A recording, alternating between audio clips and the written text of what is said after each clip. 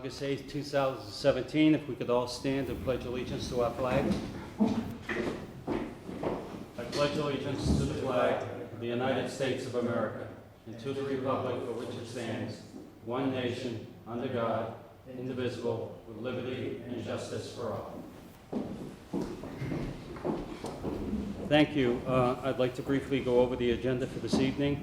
The Board of Selectmen, we have a hearing at 6:30, a public hearing on Mr. Arnaud Goulet relative to a Class II license. We'll have the manager's report. After that, we will have motions to accept Personnel Board resignations, review and vote to release executive session minutes, review the Mendon Upton Educational Foundation road race application. We will be opening the town, or we'll consider opening a town meeting warrant for the fall meeting. We will motion to authorize town manager to enter in contract with Kearsarge Energy, and I believe we will have Mr. Taylor here this evening for that. And then the board will be going executive session under Mass General Law, Chapter 214, Section 1B, and Mass General Law, Chapter 4, Section 7, Clause 26C, to discuss financial assistance to a resident in need. We will also be going into executive session under Mass General Law, Chapter 38, Section 21, Exception 3, to discuss strategy sessions with respect to collective bargaining if the chair declares an open meeting will have a detrimental effect on the town's bargaining position. And at the conclusion of the executive session, the board will recess only for purposes of adjournment. Before we start our meeting, I'd like to introduce everyone in the town to our new town manager, Mr. Derek Brindisi. Derek comes to us from actually he's a Worcester native, so I have a little bias, but he comes to us as the assistant town manager of Plymouth, Mass. I've been there for a number of years. He is also a major in the Air Force Reserve, based up in New Hampshire, and is a medical officer, I believe? That's right. Right, correct. So we welcome Derek. He's going to have an opportunity to address us tonight, and at some time in the future, we will discuss having an open reception for the citizens of town to get to meet their new town manager. So, based upon that, I'd like to first ask, is the board prepared to accept minutes? We have minutes of 7:11 and 7:25 draft minutes to be approved. Do we have a motion? Yeah. Yes, please. Mr. Chairman, I make a motion we accept minutes from July 11th and July 25th as written. Second motion. That's unanimous action of the board. We'll go in, I guess next we will go into the town manager's report. Derek? Great, thank you. I know you've got a busy agenda here, so. So if I could, again, this is my first time manager report, and I've only been on the job, I think today is my official 7th day.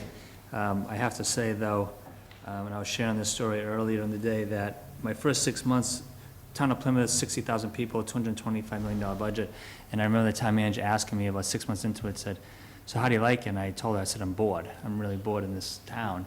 And I've been here 7 days. I can honestly say I'm not bored. There is so much going on in this town. There's many projects. Although some would say it's a small town, it doesn't act that way. There's a lot going on. And so I'm spending a lot of time trying to get up to speed, learning about everything that's going on, learning the departments, meeting people. So I'm looking forward to continuing some of the great work that has already happened here in the community. That being said, I just want to talk a little bit about some of the things that I've been learning more about, and want to brief the board on some new happenings. Relative to 3 Milford Street, the church across the street here, the designer selection board had selected CBI Consulting to go ahead and do the structural analysis and feasibility study. Unfortunately, to us all, the town and CBI were unable to come to terms with the agreement. So the designer selection board reconvened last week, recognizing that we couldn't execute the contract with CBI.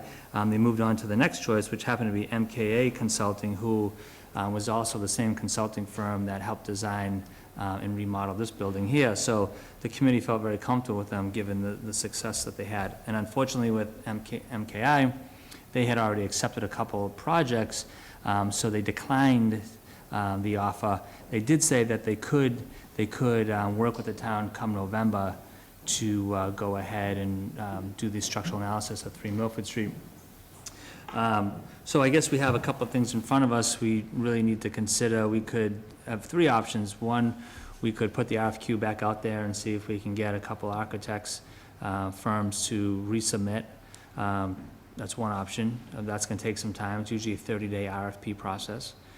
Two, we could look at I think there were 3 other candidates who had submitted for the original RFQ.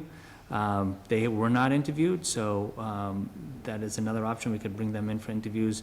Or lastly, I'm meeting with CMRPC next week to learn more about some of the work they've done here in town. We could hold off on this study.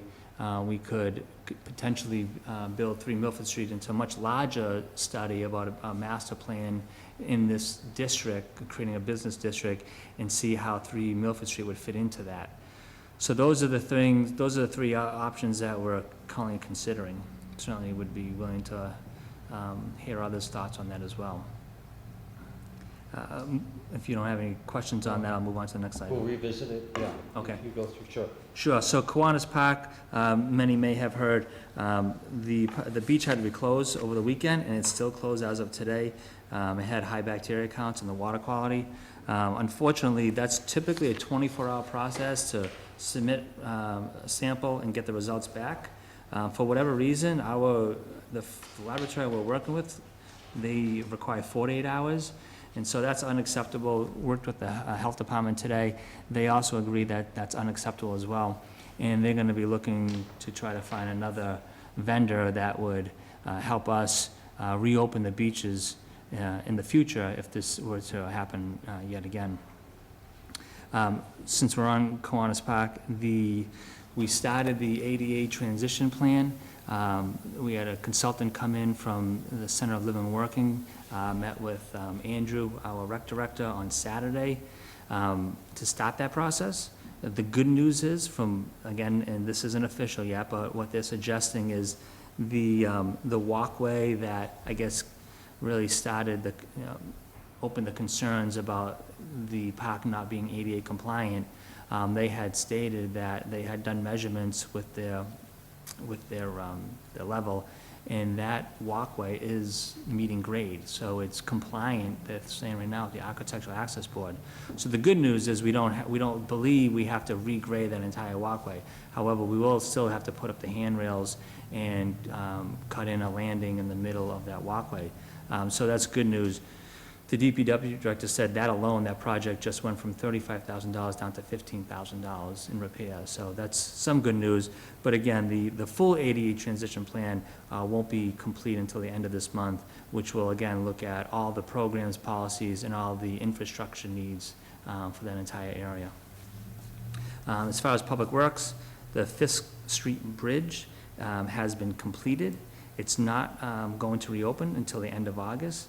DPW director reported this morning that the bridge the concrete is curing right now, so they're gonna wait a few more weeks for the concrete to totally cure, and then they'll reopen the bridge.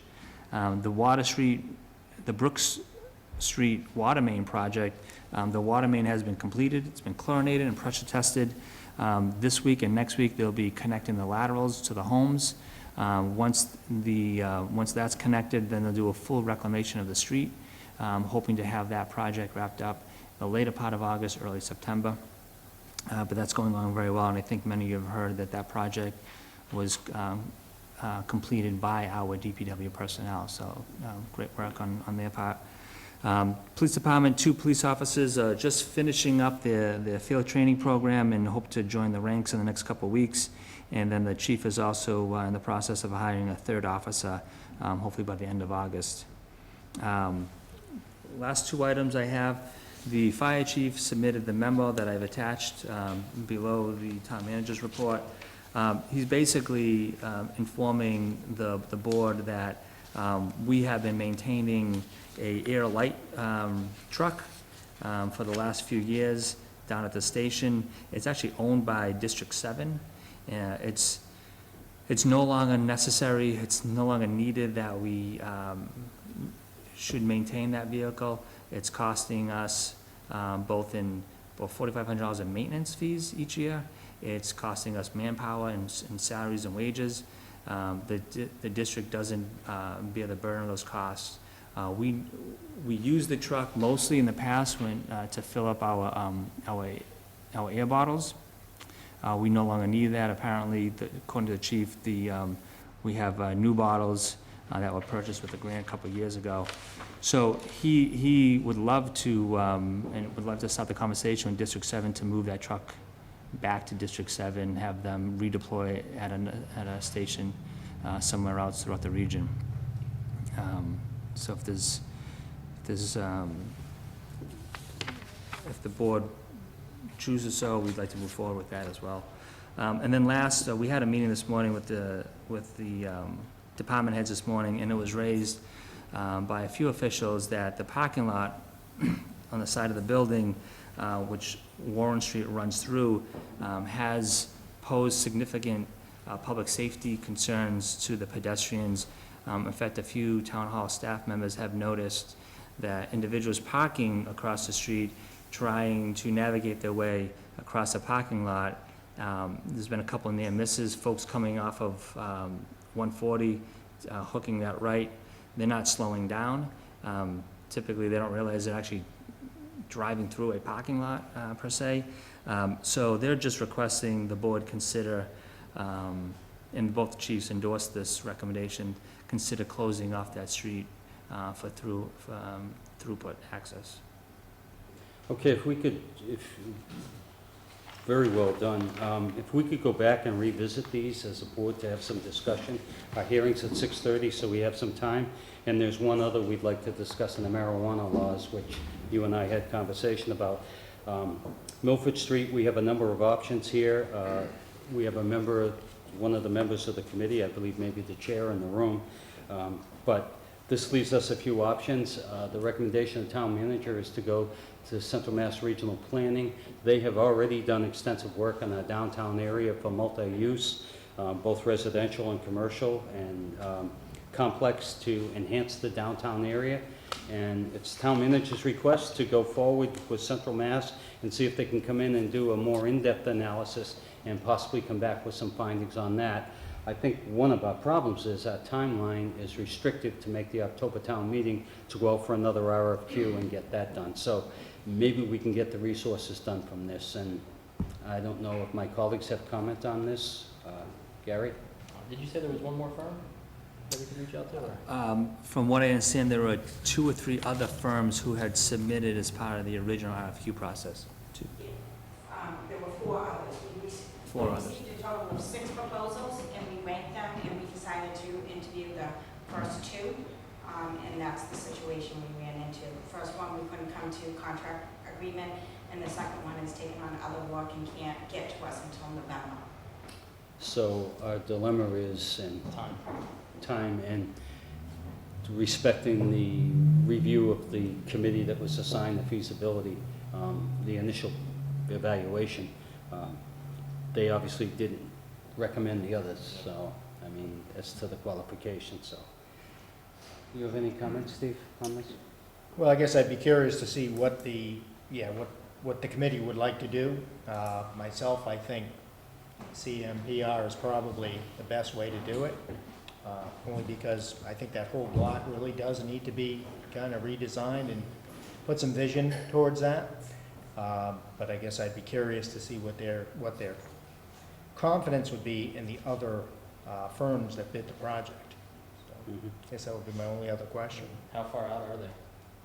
If we did the hold off for the study for like a long term. So I have a meeting scheduled with them next Thursday, so I can learn more next Thursday as to, I know they've had done some preliminary studies in the past, and so they have a really solid foundation for that. So I'm thinking maybe a conversation with them as to some new thinking and get some feedback from them. So I'm not exactly certain how long it would take.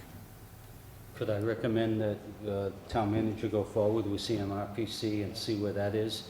And if necessary, based upon the recommendations of the committee, we may reconvene a meeting for How's said that affect purpose. our purchase and sale?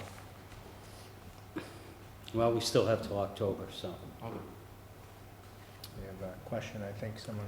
Yes, normally we don't do this, but you're on the I'm committee. sorry. Go ahead. I'm also on the committee. Yeah, I know that. Right, so I guess I would want to know, is this CMP, whatever, can they do a structural analysis? That's to be determined, that's why he's gonna meet with them. Okay. So, okay, why don't you move forward with that and then we'll go further. Kiwanis Park is relatively taken care of, I guess, Right. this process due. We will need to look to a source for the funding. We can discuss that. Are you comfortable, we're all comfortable with town manager researching for funding allocation? Yes. To cover that, it looks like we're not gonna make the season anyway, so, Right. but it's good news that roughly a $20,000 savings and less disruption, if that be said.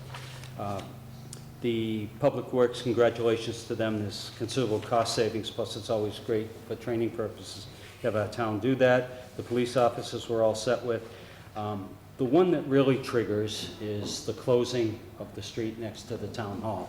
When this town hall was done, we closed the street for purposes of public safety, and it's one of those things. It became very political. Some people were very incensed that it was closed, others were passive about it. So, gentlemen, I can only say be prepared. We're gonna probably get some calls if we elect to close it. I would ask that we defer till the next meeting, and maybe we wanna get input and see where it stands. What about making it one-way? There's all kinds of options. So, that's to be considered as well. I guess, yeah. Is there any other way to slow down the traffic? Speed bumps? Well- It's from that particular, Right.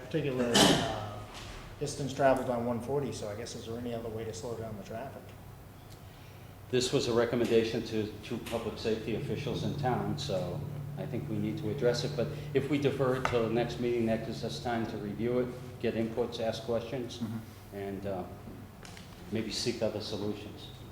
So, the one, we've received some communication as a town, and to explain why, the marijuana laws in the Commonwealth, as you know, the legislature just finalized their review and the final enactment of the laws. There's a number of changes that the legislature made relative to towns' authorities and approvals. The towns have the ability to file for moratoriums, both on use and both on growth facilities as well.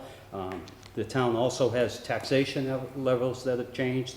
It's 12% taxation. I believe towns are 6% of it. There are a number of factors, but I should defer to the town manager. He's done the work and has looked into this. We are in the infancy stages. To be clear, we don't want to jump into this without having done our homework and make sure that we move in the interest of the citizens of the town. So, Derek, can you just expound a Sure. little on what I said? So the legislation just, changed modified the law a few weeks ago, actually July 28th, so just a couple weeks ago. So we're still trying to better understand how the changes are going to impact us here at the local level.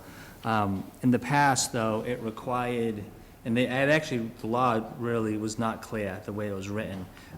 It always said the vote of the voters, and so what's the vote of the voters? Is that going to ballot, or is that town meeting? And so in many cases, attorneys would suggest that the vote of the, you should do both, just to ensure that you are covered on both ends, that you go to town meeting to request, say, a moratorium, or go to town meeting to request banning of recreational marijuana, and then go to put it as a ballot question. And so many communities have done that. In fact, there are 30 communities that have already banned recreational marijuana. There are about 80 communities that have adopted a local moratorium. With the changes in the law, what it's allowing us to do now is, to me, the way I read it, we can skip the town meeting process, go to our elected board of selectmen in a town, or a city council in a city, and then seek authority to then place this on as a ballot question. So if the board of selectmen here decides that they think it's in the best interest of the community to put a ballot question to ban recreational marijuana, then you have that authority to do that, or consider a moratorium. Quite frankly, if you wanted my personal opinion, I think there's a lot that remains to be seen with this law, and how it's going to impact all the communities around Massachusetts. And my position, whether it's in this community or any other community, I have always recommended that a moratorium is kind of a safe bet. You can always ban it down the road, if you chose to do that. You can always allow it down the road if you chose to do that, but the moratorium allows nothing to happen until it can be vetted properly, and to see what other communities are doing as well. I mean, there's gonna be some communities that are gonna jump right into this, like Plymouth, for example, and who knows what's gonna happen with that. It'll also allow the planning board and other boards to do a comprehensive review, consider where is the appropriate location to zone these places, if that's the direction the town decides to head in. So in short, I would recommend that the board consider at least at minimum a moratorium, so that town officials can do their homework, do their research, and then come back to the voters with a more comprehensive approach to this.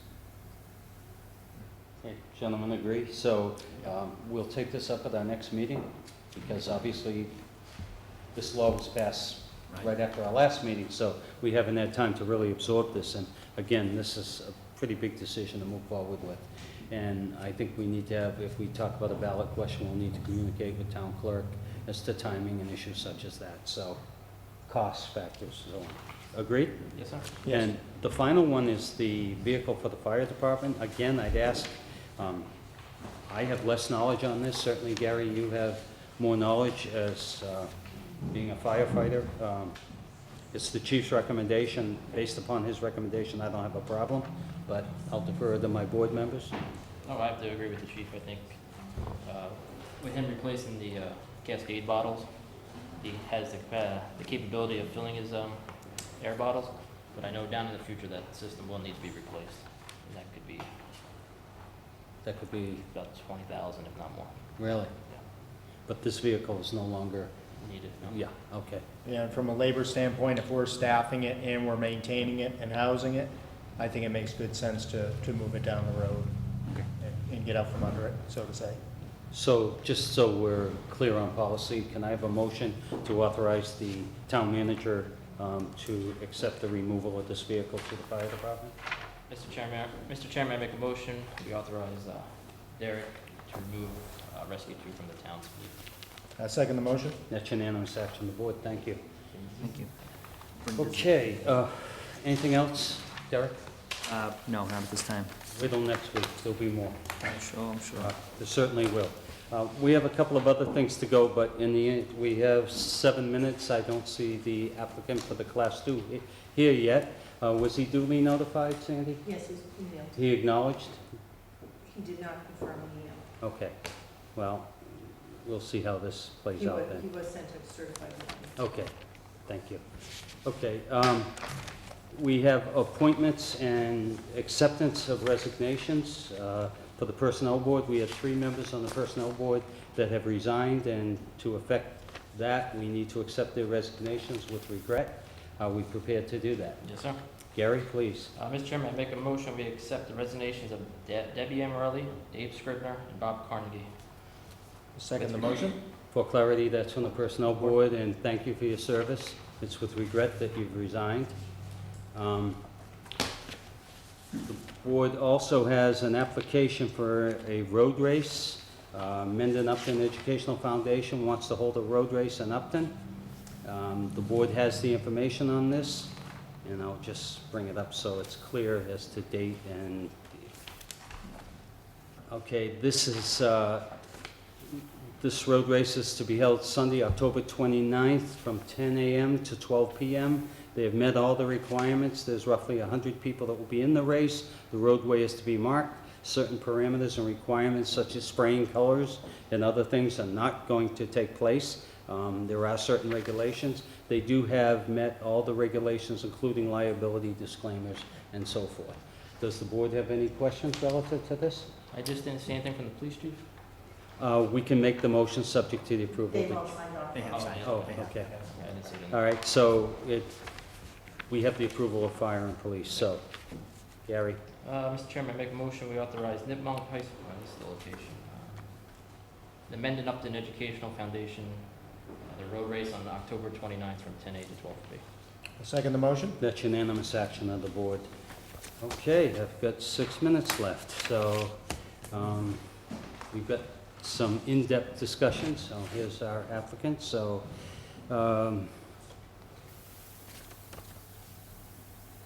Okay. Well, there are a couple of things. We are going to talk about opening the town meeting warrant. Our town meeting is scheduled for this fall. It's at this time, mid-November. It will be a firm date once the final motion is made. But we normally open up the town meeting warrant for that meeting. Years ago, we adopted a process where we try and do all the basic operational expenditures at the annual, and then in the fall meeting, we address capital concerns. And that seems to be a much more responsible way to budget and handle the finances of the town. So there would be a request to open the special town meeting for November 14th and open the warrant to close that warrant on September 29th. Is there any discussion to that? No, seems pretty straightforward. No? So could we have a motion? Mr. Chairman, I motion we open the special town meeting warrant until September 29th. A second motion? And it will be closed 29th. So anyone that has any articles for that warrant, they should be submitted. The board has a number of articles we are addressing to look at. Can't say firm at this time, but there are a number of things we will be considering.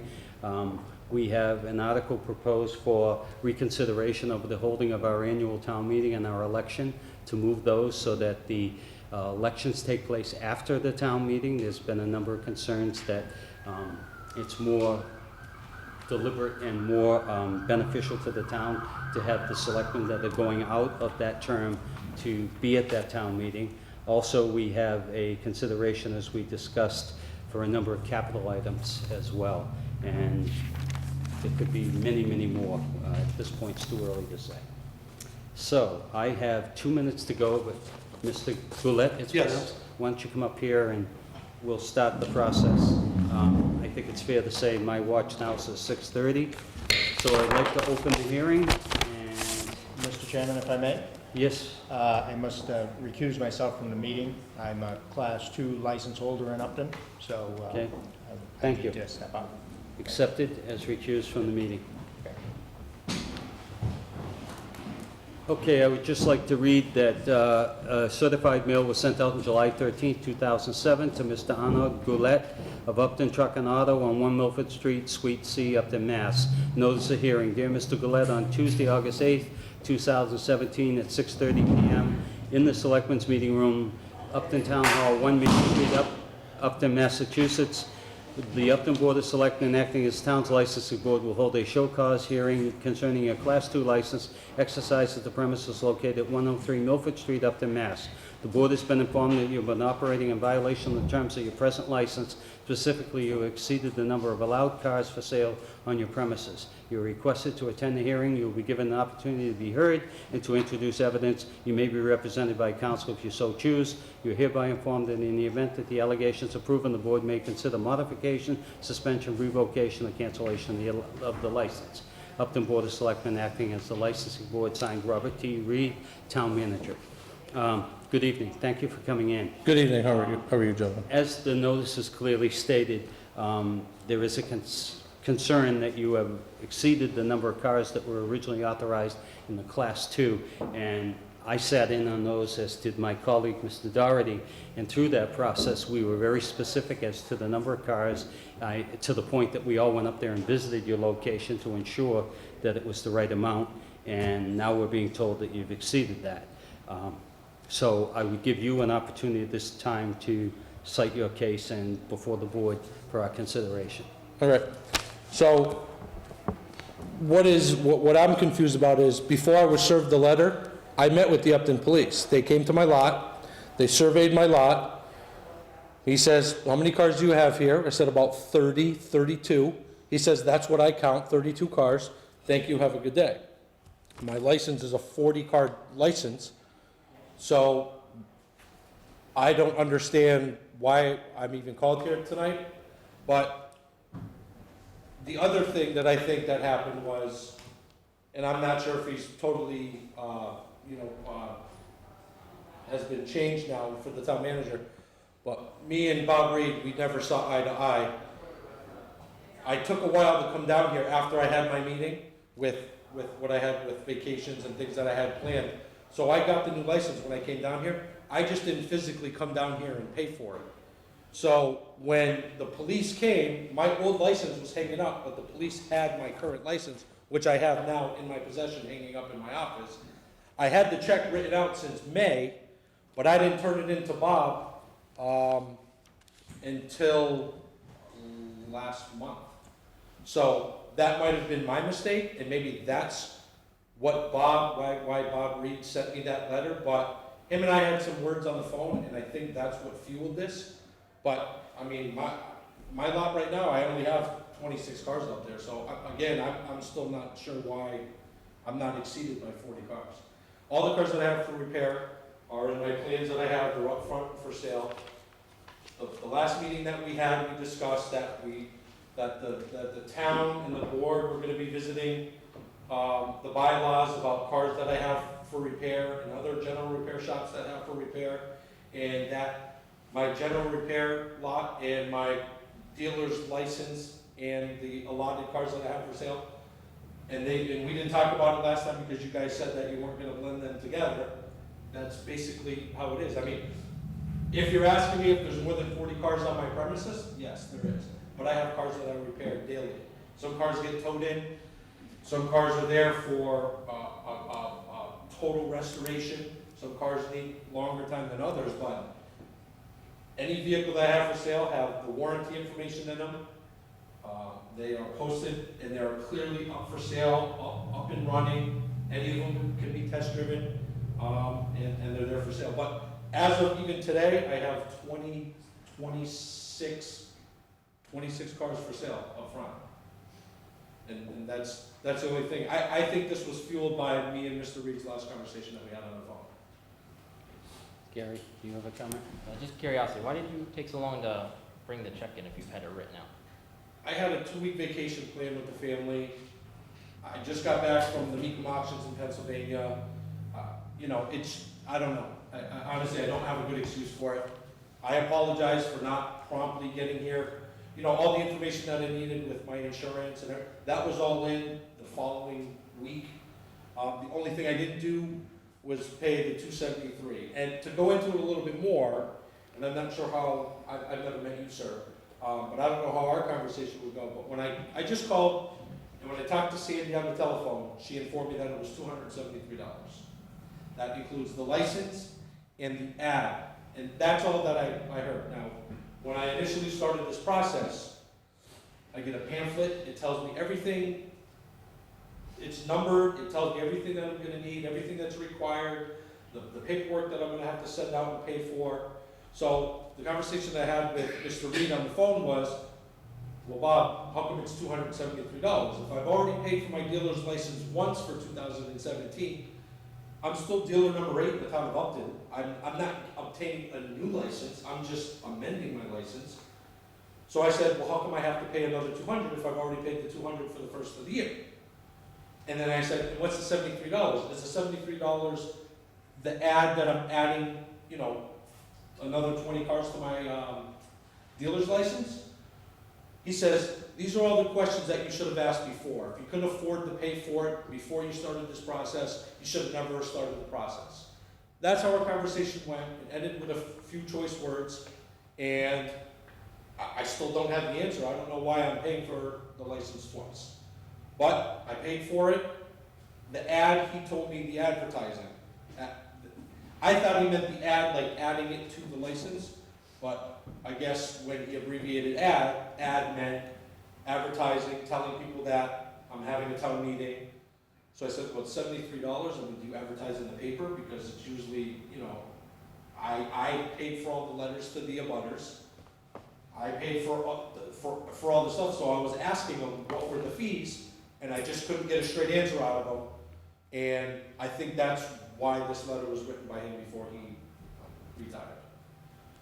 And that's the only thing that I can come with, because I'm not operating over, I haven't had 40 cars. I haven't had 40 cars. Anything else, Gary? Not right this second. Okay. All right. First of all, yes, I do agree there was a dispute between you and Mr. Reed, but from Mr. Reed's perspective, as town manager representing the town, you didn't conduct yourself as an applicant. I mean, you basically hung up on him with some choice words. That's not professional. Don't defend it, because it's not defendable. The number of cars is probably less the issue. When you receive a Class II license, it is not a right, it is a privilege. And when you were asked to bring in a check, you were asked to bring in a check. If you were delinquent, the town should not have to go after you to get that check. You should have had it here. So we can't defer that responsibility. So it's, and we'll discuss this a little further, but it's my opinion that if you're not in violation, obviously there's no action that this board's going to take for violation of the car, but certainly the process needs to get better. Your process for the application for the Class II license, I believe we had 3 hearings, and one was a no-show. So you weren't here, and we postponed the hearing, and I don't know why, but normally this doesn't go. So if you own the business, it's your responsibility to be the one that's responsible to us, not the other way around. So I'm not prepared to take any action at this time other than to just say, let's watch each other, let's be a little more cordial, let's recognize that you have a privilege to put cars in this town. It is not a right, and that the reason we are so stringent is if we don't put controls on this, this town would be one used car lot. And the citizens want this town to keep its rural character, so we're very cognizant of it. So unless you've got something else other than just saying that you had a disagreement with Mr. Reed, and by the way, I find him to be a very reputable individual, so I'm not going to sit here and acknowledge any statements made against him. We will part and we will let this go, but bear in mind that you have the obligation to come to us. We don't go to you. So if a check is due, you come to us. If you want to break down as to what those finances are, I believe we can provide those. And I can give you a copy of the you will get all of those. The town of Upton doesn't bill you for something we don't need money. Believe me, $73 on the tax rate is less than a cent a citizen, so we wouldn't even notice that. That's what I was just trying to get to the bottom of it, and I didn't, Well, maybe you handled it differently, because again, like you said, we just won't discuss it, because it's just two sides of that story. your body language gives away a lot. Excuse me? Your body language tells me a lot. You were frustrated and angry, so I get it. No, I'm just nervous because I'm on TV, but Well, what I am gonna, the only question still that I haven't gotten an answer to is, if I already paid for the license once at the beginning of the year, and maybe somebody could answer it because I couldn't receive an answer from whoever I spoke to. If I paid for my license in the town of Upton, which is still number 8 at the beginning of the year, while I started this process before the year changed, and I'm not getting or obtaining my privilege to be able to operate a Class II dealer's license, I just amended it. Does that mean I had to pay again for the 200 for the same license that I've already paid for? so to eliminate any ambiguity, you will get a written response that will explain to you where those finances went and why they went as they went, so everybody is clear on it, because if we start the dialogue, there's going to be a misinterpretation. Sandy, I think it's easy enough. You will get it within a few days, and it will explain what the expense was, and if there's an error on the town, certainly we make good for it, but I tend not to believe that, but if there is one, we'll make good for it. Okay. Do you have anything else to add? Does anyone in the audience have anything to add? Gary? No. Derek? Obviously you weren't involved. Okay, we'll close the hearing, and thank you for coming in. Thank you very much.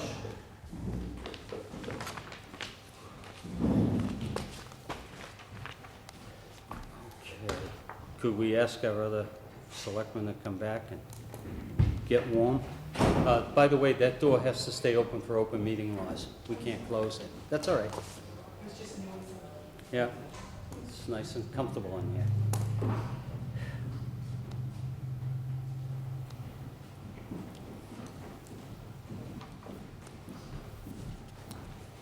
The board accepts Mr.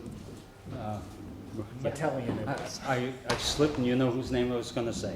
But anyway, welcome back.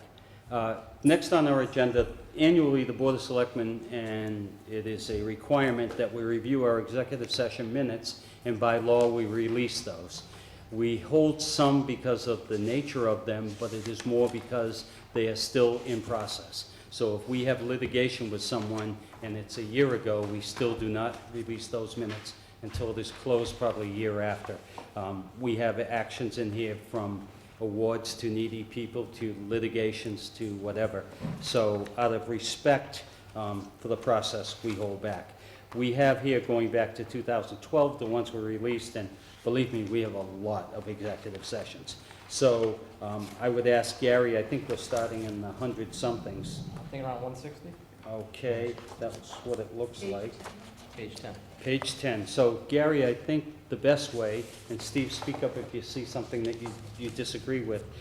Gary, if you could read the numbers of the ones you wish to release, and then we can make motion as a one motion. Simple? Yep. Okay, please. 152, 160, 161, 164 through 169. 172 through 178.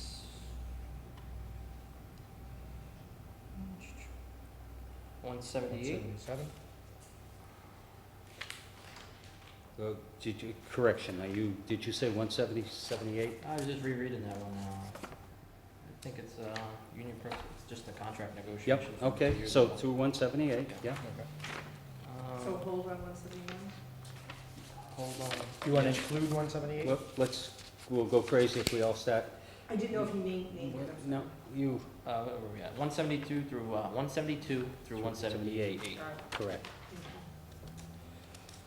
179 through 181. Yep. 184 through 191. So far, I'm okay. I'm good. And that was it. Okay, we have motion. Sandy, you have those numbers? Yep. So could we have motion to, Steve, you want to make motion to accept all the numbers that Gary read as release of executive session? Yes, Chairman. Mr. Chairman, I'd like to make a motion that all numbers for executive minutes that were just read, make a motion to accept those as read. Second. That's unanimous action of the board, and there are probably another 30 or 40 here that we did not release for those reasons. Okay, the executive session, executive session minutes, the high school, open the warrant for the town meeting we've done. Okay, we have Mr. Taylor here for Kearsarge Energy. You're becoming a guest at every one of our meetings. Bill, why don't you come up here? I know you and Mr. Brindisi have had conversation about this, and I've been briefed. I believe our colleagues have. There are some adjustments to the original number, and if you could just briefly explain what that is, and then maybe a brief overview of what this process is, so anybody listening understands. Kearsarge Energy is in the process of building a solar PV facility in Uxbridge, and they're selling the credits that'll be generated when they sell the electricity to National Grid. And the town is purchasing some of those credits, an amount of electricity roughly equal to 90% of our current annual usage. So National Grid will apply 100% of the value of that credit to our utility bill, and then we'll turn around and pay Kearsarge 80% of that. So we'll be saving about 20% of our utility costs, electricity costs. When I was here last, they were estimating the town would save about $61,000. I had inadvertently included in the information I sent them on usage Memorial School. Memorial School is the Mendon-Upton Regional School District, and if they were interested in purchasing those credits, and they may be, they'd have to do that independent of the town. So that usage was taken off, and the adjusted savings is about $42,000 or something like that, based upon the town's usage, not the town and Memorial School's usage.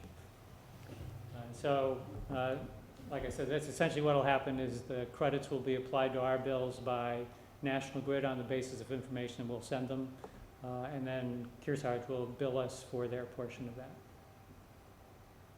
So it's fair to say it's basically a gift certificate. Yes. And as it turns out, the people who operate the facility down the road here are also approached the town, but it's too late. To sell credits from a facility they're building somewhere south. And in fact, I got another email today from another entity that is doing essentially the same thing.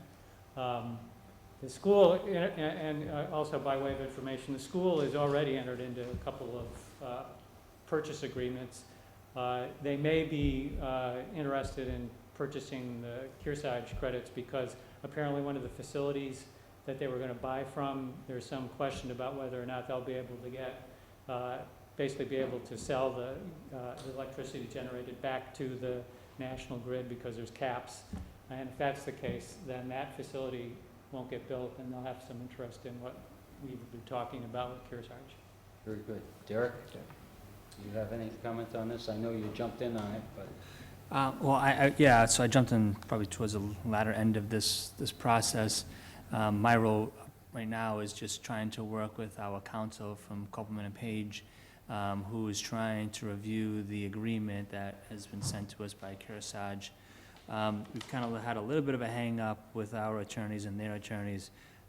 As of today, KP has stated that they'll get me another revision this Friday for me to send to Kearsarge for their attorneys for a final review. So I'd ask the board, are we okay with motioning to accept the contract and authorize the town manager to enter into the contract, subject to his, well, let him enter the contract. You would, after you see Copeland and Page, you'd have the authority to do it. Are we okay with that? One thing I did talk to Mr. Branzizi about is seeing if we have to do a 20-year contract, and if there's a way to opt out, there's no penalties or fees. I'm just, the 20 years is my hang-up, 20-year contract.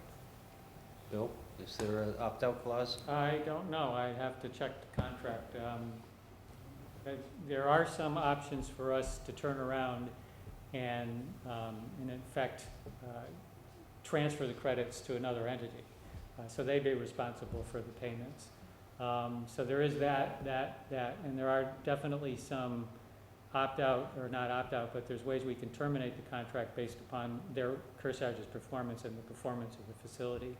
Other than that, I don't know specifically about opt-out options. I can tell you that the 20-year agreement is basically industry standard. So are we okay to make motion to authorize town manager to enter in contract at his discretion, subject to review of council? Yes. I am. I guess the only other question I would have for you, Bill, is you said you had other options and other proposals that came across your desk. Are the numbers pretty standard? Is that Yeah, 80%? actually the one from the group down the road here was exactly the same, Okay. so 20%. The other one that I just got, they didn't quote any numbers, but it seems based upon what I read that number, the 20% is right in the range of what's currently being offered. Okay. So it looks like a square deal. Yep, it does. Mr. Chairman, I make a motion to authorize Mr. Branzizi to enter into a contract with Kearsarge Energy upon hearing back from council. Second the motion? That's unanimous action of the board. Thank you. Mr. Brindisi, I call him Derek. We're starting off on the wrong foot here. Okay. That's all right. At that time, that concludes our agenda. Is there anything you have, Steve, in addition to our agenda? I don't, other than to, thank the personal board for the work that they've done, and hopefully in the future, they would choose to serve on another board if they have the time, and it'd be nice if they stay involved in town politics. You hate to lose people, so it'd be nice, again, if they stay engaged. Be the only thing I can add. Okay, nicely said. Gary? No, sir. Okay, is there anything from the audience? Anyone have anything they need? Okay, based upon that, the board will go in executive session under Mass General Law, Chapter 214, Section 1B, and Mass General Law, Chapter 4, Section 7, Clause 26C, to discuss financial assistance to a resident in need. We will also go on board in executive session under Mass General Law, Chapter 38, Section 21, Exception 3, to discuss strategy sessions with respect to collective bargaining if the chair decides declares an open meeting will have detrimental effect on the town's bargaining position. Gary? Gary Doherty, aye. Steve Metallion, aye. Robert Fleming, aye. We're in executive session. Thank you.